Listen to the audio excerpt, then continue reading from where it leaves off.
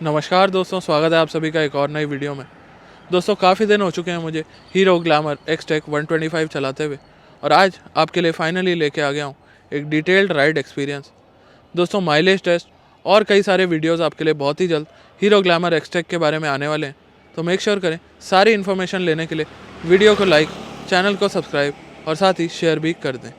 उसके अलावा दोस्तों अगर बात करी जाए इस बाइक की, तो इस बाइक के अंदर आती है काफ़ी सारी टेक्नोलॉजी। 125 सीसी का इंजन जो आपको अप्रॉक्सीमेटली 10 bhp की पावर और 10 न्यूटन मीटर का टॉर्क प्रोवाइड कराता है। दोस्तों 5 गियर लेआउट के साथ ही आती है, और इस वीडियो के अंदर आपको डिटेल में बता देते हैं सभी चीज़ों के बारे में जो इसके अंदर प्रोवाइड कराई गई हैं। तो चलिए मिलते हैं सीधा अपने राइड एक्सपीरियंस की तरफ। तो चलिए दोस्तों, राइड पे जाने से पहले आपको लेआउट समझा देते हैं। दोस्तों हैंडल लॉक, स्टार्ट और इग्निशन सभी चीज़ें यहीं से होंगी, और ये कुछ आपका फंक्शन आता है जब आप इग्निशन स्टार्ट करते हैं। यहाँ पे आपका आरपीएम मीटर दिया गया है, जिसमें रेड लाइन होती है 8,500 आरपीएम के आसपास, और 11,000 तक के आरपीएम दिए गए हैं। दोस्तों फुल्ली डिजिटल ये स्पीडोमीटर है। ये आपका ओडोमीटर है। यहाँ पे आपको दिखाता है आप कौन से गियर में चल रहे हैं। Trip 1, trip 2, pairing, Bluetooth, average और इको मोड, ये सभी चीज़ें आपको यहाँ पे दिखा देता है, और आपकी सभी तरह की वार्निंग लाइट्स यहाँ पे आ जाती है। तो चलिए दोस्तों अब स्टार्ट करते हैं अपनी राइड को। और यहाँ आप देखेंगे तो पावर बटन दिया गया है, और ये मैंने स्टार्ट कर लिया है अपनी बाइक को। दोस्तों स्टार्ट करते हैं राइड को, और फिर शुरू करते हैं इस बाइक के सभी एस्पेक्ट्स को आपको बताते हैं डिटेल के अंदर। दोस्तों स्पीड ज़्यादा नहीं रखूँगा इस रिव्यू के अंदर।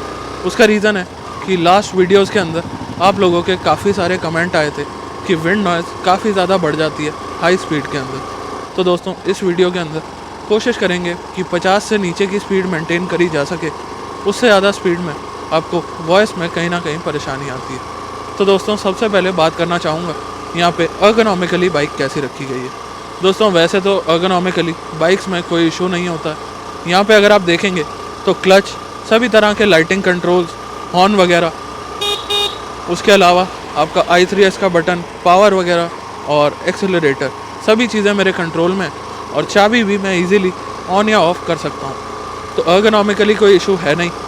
एक इशू यहाँ पे ज़रूर राइज करना चाहूँगा दोस्तों, ये जो मिरर्स दिए गए हैं दोनों ही साइड, इनकी क्वालिटी थोड़ी सी और इम्प्रूव करी जाती तो कहीं ना कहीं राइडिंग एक्सपीरियंस बेहतर हो सकता था, कॉन्फिडेंस इम्प्रूव हो सकता था।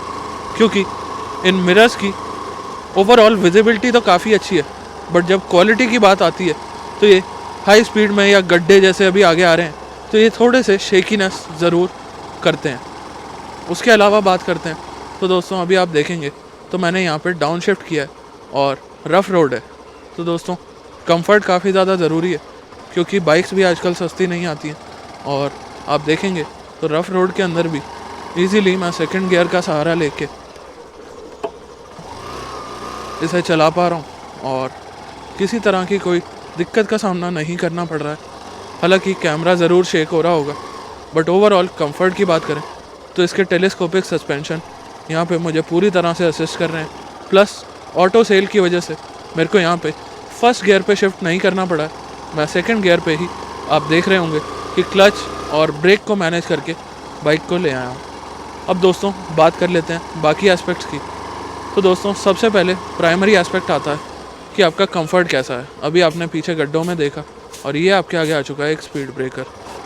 तो दोस्तों कंफर्ट ओवरऑल मैं रेटिंग देना चाहूँगा कि as per two wheelers comfort, ये नहीं कहूँगा कि बेस्ट इन सेगमेंट है, बट कहीं ना कहीं कंफर्ट को अच्छा मैनेज किया गया है। दोस्तों सस्पेंशन को आप अपने हिसाब से एडजस्ट भी कर सकते हैं, तो ये भी एक अच्छा फीचर बोलूँगा, क्योंकि किसी को स्टिफ सस्पेंशन पसंद होते हैं और किसी को ज़्यादा कंफर्ट, ज़्यादा सॉफ्टनेस की डिमांड होती है। अब दोस्तों आ जाते हैं अपने इंजन की तरफ, क्योंकि इंजन एक प्राइमरी एस्पेक्ट है कोई भी व्हीकल ड्राइव करने का, कोई भी गाड़ी या बाइक राइड करने का। तो दोस्तों यहाँ पे आप देखेंगे तो इसके अंदर आता है 125 सीसी का पेट्रोल इंजन, जो आपको प्रोवाइड कराता है काफ़ी अच्छी पावर, और साथ में टॉर्क भी काफ़ी अच्छा रखा गया है। दोस्तों टेक और कनेक्टिविटी की बात अभी आगे चल के करेंगे, बट बेसिक पावर और टॉर्क फिगर्स की अगर बात करें तो दोनों 10.7 bhp और 10.6 न्यूटन मीटर का टॉर्क है रफली इस बाइक के अंदर, और मेरे को इतनी पावर एम्पल लगती है अपने सिटी ट्रैफिक या फिर सिटी कंडीशंस के लिए। उसके अलावा दोस्तों बात करी जाए पावर के साथ साथ गियरिंग रेशियोज़ की। तो आप देखेंगे इस टाइम मैं 5th गियर में व्हीकल को राइड कर रहा हूँ और मेरी स्पीड है अराउंड 35 की। तो दोस्तों गियर बैंड्स काफ़ी अच्छे रखे गए हैं। फर्स्ट गियर थोड़ा शॉर्ट है। उसके अलावा अगर बात करते हैं अपने सेकंड, थर्ड और फोर्थ गियर की, तो ज़्यादातर काम आपका सेकंड, थर्ड और फोर्थ गियर संभाल लेंगे। उसके अलावा 5th गियर क्रूजिंग के लिए काफ़ी अच्छा है। अब दोस्तों टर्निंग रेडियस बता देते हैं। हालांकि बाइक्स में उतनी दिक्कत नहीं आती है, बट स्टिल एक बार टर्न लेके दिखा देते हैं आपको कि क्या कुछ ईजीनेस रहती है इस बाइक को राइड करने में।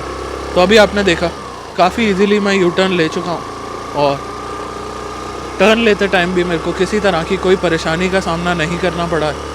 उसके अलावा दोस्तों हमने इस बाइक का एक नाइट राइड रिव्यू आपको ऑलरेडी प्रोवाइड कराया हुआ है। अच्छा दोस्तों, माइलेज टेस्ट आपके लिए बहुत ही जल्दी आ रहा है, तो माइलेज टेस्ट के आने से पहले आपको एक टिप दे देता हूँ।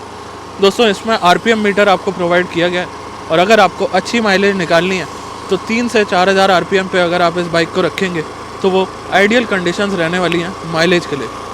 साथ ही दोस्तों बात करते हैं इसके क्लच की, तो क्लच काफ़ी कन्वीनियंट है और काफ़ी शॉर्ट रखा गया है। अगर एक्सेलरेशन की बात करूं तो दोस्तों ये आप देखेंगे तो एक्सेलरेशन थोड़ी सी डीप यहाँ पे बोलूँगा, बट ओवरऑल ये भी आपको परेशान नहीं करती है आपकी राइड के दौरान।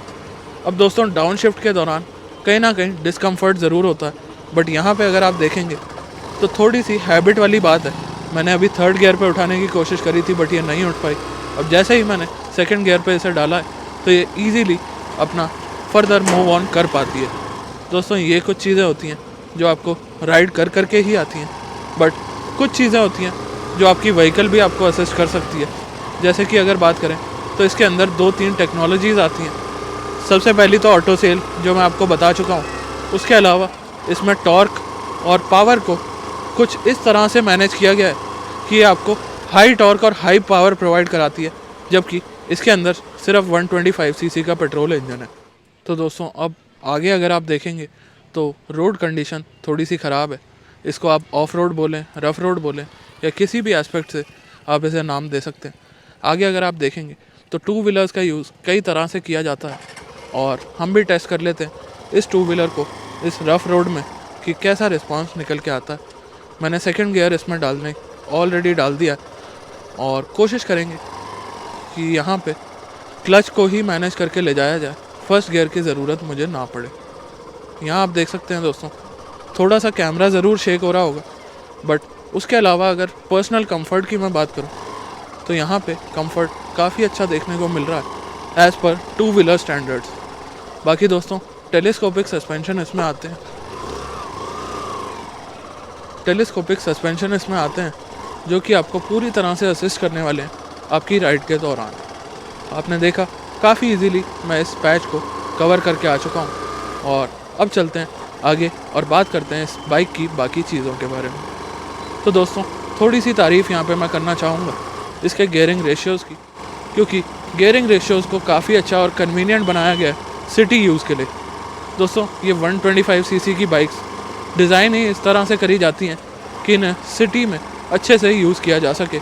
और इस टाइम अगर आप देखेंगे 33 की स्पीड पे मैं ऑलरेडी 5वां गियर डाल चुका हूँ। कन्वीनियंस काफ़ी अच्छी है और साथ ही साथ मैं अगर पुल करना चाहूँ तो इसी स्पीड से मैं काफ़ी अच्छा पुल भी ले सकता हूँ। उसके अलावा दोस्तों अब ये तो कुछ बात हो गई अपने आउटलुक की, अब बात कर लेते हैं हैंडलिंग की। तो दोस्तों हैंडलिंग में सबसे पहला पार्ट आता है कि स्टेबिलिटी कैसी है बाइक की, और कंफर्ट मैं आपको ऑलरेडी बता चुका हूँ। तो दोस्तों अगर स्टेबिलिटी की बात करी जाए तो इस बाइक को वैसे तो मैं टॉप स्पीड वगैरह रिकमेंड नहीं करता हूँ, बट क्योंकि इस बाइक ने मेरे को कॉन्फिडेंस प्रोवाइड किया तो मैंने टॉप स्पीड वगैरह इस बाइक पे करके देखी थी। तो अराउंड 106 की स्पीड तक मैं इस बाइक को ले जा पाया हूँ और उस 106 की स्पीड में मेरे को काफ़ी ज़्यादा कॉन्फिडेंस मिला। दोस्तों 106 से शायद 1 या 2 ऊपर ये बाइक जाने के केपेबल ज़रूर है। मेरा वेट ज़्यादा है तो मेरे को टॉप स्पीड जो मिली है वो 106 की ही रही है। अभी आपने देखा काफ़ी इजीली मैंने डाउन शिफ्ट कर लिया और मेरे को किसी तरह की कोई परेशानी नहीं आई। उसके अलावा दोस्तों बात कर लेते हैं सीट कंफर्ट की, क्योंकि आपको पता नहीं होता कभी कभी आपको लॉन्ग राइड्स पे भी जाना पड़ता है, चाहे वो काम की वजह से हो चाहे वो फ़न पर्पज़ की वजह से हो। और लॉन्ग राइड्स का मतलब है कि काफ़ी देर आप इस बाइक पे बैठे रहेंगे और तब देखना होता है कि असली सिनेरियो में कंफर्ट कैसा निकल के आता है। तो दोस्तों यहाँ पे मेंशन करना चाहूँगा अपने सीट कंफर्ट के बारे में। तो दोस्तों सीट्स का कंफर्ट काफ़ी बैलेंस्ड है, ये नहीं कहूँगा बेस्ट है, क्योंकि स्कूटीज़ का कंफर्ट कहीं ना कहीं बाइक से थोड़ा बेटर लगता है मुझे पर्सनली, बट क्योंकि इसकी सीट हाइट कोई बहुत ज़्यादा नहीं है, प्लस सीट की कुशनिंग बैलेंस रखी गई है, तो वहाँ पे आपको कहीं ना कहीं ज़रूर असिस्ट करेंगी इसकी लेंदी सीट्स। दोस्तों लेंदी क्यों कह रहा हूँ कि इस टाइम भी मैं विद पिलियन राइड कर रहा हूँ और ज़्यादातर मैंने इस बाइक को विद पिलियन ही टेस्ट करा है, क्योंकि अकेले तो चली जाएगी अगर विद पिलियन ये अच्छा परफॉर्म करती है। तो दोस्तों विद पिलियन की परफॉर्मेंस ये कहना चाहूँगा कि सीट की लेंथ काफ़ी अच्छी है और आपको डिस्टर्ब नहीं करेगी, चाहे आप पिलियन के साथ चलें, चाहे आप कोई सामान इस पर कैरी करें। उसके अलावा दोस्तों आपको बताना चाहूँगा कि सीट का कंफर्ट और कुशनिंग बैलेंस्ड है और इससे बेटर कंफर्ट वाली बाइक्स भी अवेलेबल हैं, बट इसकी ट्यूनिंग जो करी गई है इंजन और गियरबॉक्स की वो वाकई काबिल तारीफ़ है और आपको काफ़ी ज़्यादा असिस्ट करेंगी आपकी राइड के दौरान। यहाँ पे अगर आप देखेंगे तो मैंने एक गियर डाउन शिफ्ट किया और इजीली मैं कनेक्टिंग रोड पे आ चुका हूँ। दोस्तों इसके साथ प्रोसेस काफ़ी इजी रहता है। अप शिफ्ट डाउन शिफ्ट के लिए अडेप्ट होने में आपको हार्डली 10 से 20 किलोमीटर लगेंगे, जबकि कुछ बाइक्स ऐसी हैं जो पास्ट में मेरे पास रही हैं जिनमें अडेप्ट होने में कहीं ना कहीं आपको समय थोड़ा ज़्यादा लगता है। अब दोस्तों यहाँ पे आप देखेंगे तो रोड कंडीशंस काफ़ी अच्छी हैं। इंजन नॉइज़ की अगर बात करते हैं तो दोस्तों 4000 आरपीएम के बाद कहीं ना कहीं इंजन नॉइज़ आपकी काफ़ी ज़्यादा हो जाती है। टॉलरेट आप बिल्कुल कर लेंगे, बट मेरी रिकमेंडेशन यही रहेगी कि अगर आप 4000 आरपीएम से नीचे अपनी व्हीकल को राइड करते हैं तो एक तो सेफ्टी एस्पेक्ट हो गया, उसके अलावा आपकी माइलेज हो गई और उसके अलावा आपको शोर कम सुनाई देगा। तो कई सारे फ़ायदे हैं अपने व्हीकल को धीरे चलाने के भी। हम बात कर रहे थे दोस्तों स्टेबिलिटी की, तो दोस्तों इसकी स्टेबिलिटी मैं ये नहीं कहूँगा कि काफ़ी अच्छी है, बट ओवरऑल इस सेगमेंट की एक बाइक के हिसाब से स्टेबिलिटी वाकई काबिल तारीफ़ रखी गई है। साथ ही दोस्तों बात कर लेते हैं इसकी स्पीड की, तो मैं टॉप स्पीड आपको बता चुका हूँ। सबसे कन्वीनियंट गियर की अगर बात करूँ तो इसका थर्ड गियर और इसका फोर्थ गियर आपको ईजीली असिस्ट करेगा आपके हर तरह के राइडिंग एक्सपीरियंस में। अभी आपने देखा एक इंक्लाइन आ चुका है और बाइक ने डिमांड करा कि एक डाउन शिफ्ट उसे दे दिया जाए। दोस्तों डाउन शिफ्ट करते ही किसी तरह की कोई परेशानी का सामना नहीं करना पड़ रहा है और साथ ही साथ कंफर्ट मेरा बना हुआ है, चाहे रोड अंडुलेशन वाली हो चाहे रोड स्मूथ हो। बाकी दोस्तों टायर्स का जिक्र भी यहाँ पे ज़रूर करना चाहूँगा।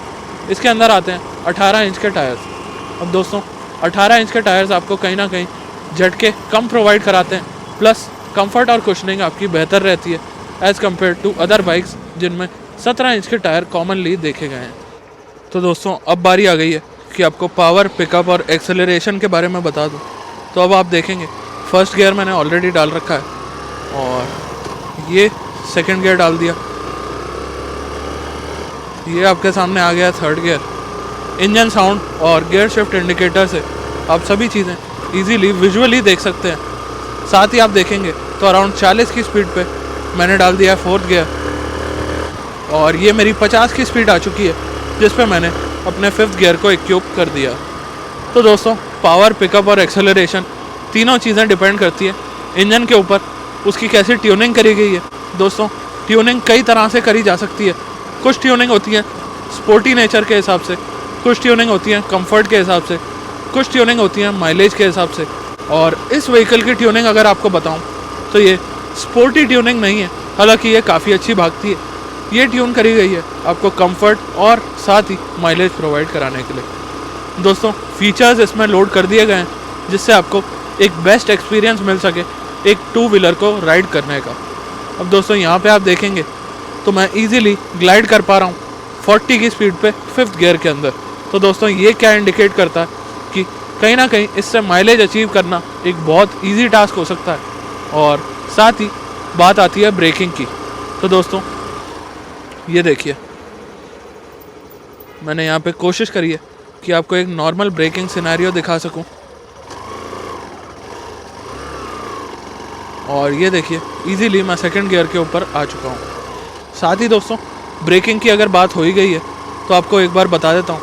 आगे दी गई है इसके अंदर डिस्क ब्रेक जो कि है 240 mm की और यहाँ उसकी ब्रेकिंग पावर दी गई है। साथ ही अगर रेयर ब्रेक्स की बात करें तो रेयर में आती है ड्रम ब्रेक्स और रेयर ब्रेकिंग आप अपने राइट फुट से कंट्रोल कर सकते हैं। उसके अलावा दोस्तों ब्रेकिंग डिस्टेंस की अगर बात करी जाए, और ब्रेकिंग में मैंने देखा टायर्स का भी एक बहुत बड़ा रोल प्ले होता है। तो यहाँ आप देखेंगे अराउंड 38 की स्पीड से ये मैं आ चुका हूँ 0 तक, और ब्रेकिंग एफिशिएंसी इन टायर्स के साथ काफ़ी अच्छी है। Plus braking power rear drum की काफ़ी ज़्यादा अच्छी है। आगे का डिस्क अगर आप मैनेज करके यूज़ करेंगे तो आपका काफ़ी अच्छा एक्सपीरियंस रहने वाला है इस बाइक को राइड करने में। अब दोस्तों कुछ और चीज़ें आपको दिखानी रह गई थी, तो सेफ्टी में आपको बता देता हूँ। तो दोस्तों इसके अंदर आता है साइड स्टैंड विजुअल इंडिकेटर। ये आप देखेंगे तो बाइक इंजन कट ऑफ कर चुकी है, क्योंकि मैंने साइड स्टैंड लगा दिया है और बाइक इस टाइम गियर में। ये इंडिकेटर होता है साइड स्टैंड का, और ये सेफ्टी के लिए काफ़ी अच्छा रहता है। अब आप देखेंगे मैंने साइड स्टैंड हटा दिया है और ये हट चुका है। क्लच दबा के मेरी बाइक स्टार्ट हो चुकी है, और अगर मैं दोबारा लगाता हूँ तो ये देखिए बाइक का इंजन कट ऑफ हो चुका है। दोस्तों उसके अलावा आपको बताना चाहूँगा इसके लाइटिंग सेटअप के बारे में। तो इसके अंदर प्रोवाइड किया जाता है हेडलैम्प के अंदर LED लाइटिंग, और टेल लैम्प के अंदर हैलोजेंस का यूज़ किया गया है। दोस्तों वैसे तो नाइट राइड रिव्यू के अंदर आपको उसकी सभी डिटेल्स मिल जाएंगी, बट स्टिल अगर आप जानना चाहते हैं तो मैंने आपको बता दिया है। उसके अलावा दोस्तों यही कुछ था हमारे ग्लैमर X-Tech 125 के राइड एक्सपीरियंस वीडियो के अंदर। होप करता हूँ आपको चीज़ें समझ आई होंगी, क्लैरिफाई कर पाया होगा। और स्टिल अगर आपका कोई डाउट रह जाता है तो आप कमेंट सेक्शन में लिख सकते हैं। मैं पूरी कोशिश करूँगा कि आपका एक एक डाउट क्लियर कर सकें। धन्यवाद दोस्तों।